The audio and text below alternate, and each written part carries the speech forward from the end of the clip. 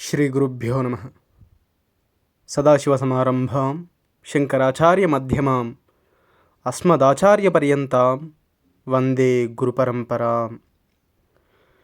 కీర్తిశేషులైన మా తండ్రి గారు శ్రీ మాగంటి శ్రీరాములు గారు పూర్వం విజయవాడ, రాజమండ్రి పట్టణాలలో కలప వ్యాపారం చేసి లాభాలు గడించారు. విజయవాడలో దక్కన్ టింబర్ డిపో మా వ్యాపార కేంద్రం. నేను విజయవాడ, మద్రాసు, బొంబాయి పట్టణాలలో చదివి పట్టభద్రుణ్ణి అయ్యాను. ఎల్ఎల్బి పట్టా కూడా సంపాదించాను. కానీ న్యాయవాద వృత్తిలో ప్రవేశించాలనే అభిలాష ఎన్నడూ నాకు లేదు. చిన్ననాటి మిత్రులు గోపి, మురళి ద్వారా కంచి మహాస్వామి వారి సంగతి విని వారిని దర్శించాలని అనుకున్నాను.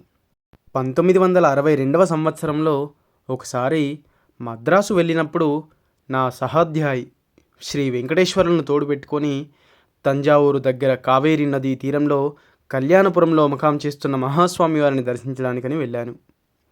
నేను మాగంటి వంశీకుడనని, మేము కమ్మవారమని చెప్పగా, కమ్మవారిని చౌదరులని కూడా అంటారు తెలుసా అని శ్రీవారు నన్ను అడిగారు.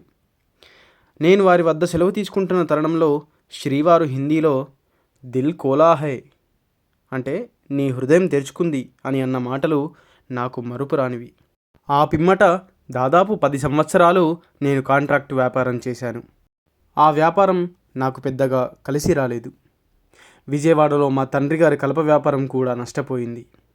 ఈ పరిస్థితుల్లో బీహార్ రాష్ట్రంలో గనుల త్రవ్వకంలో నిమగ్నమైన ఒక మిత్రుడు తనతో నన్ను భాగస్వామి కమ్మని ఆహ్వానించాడు.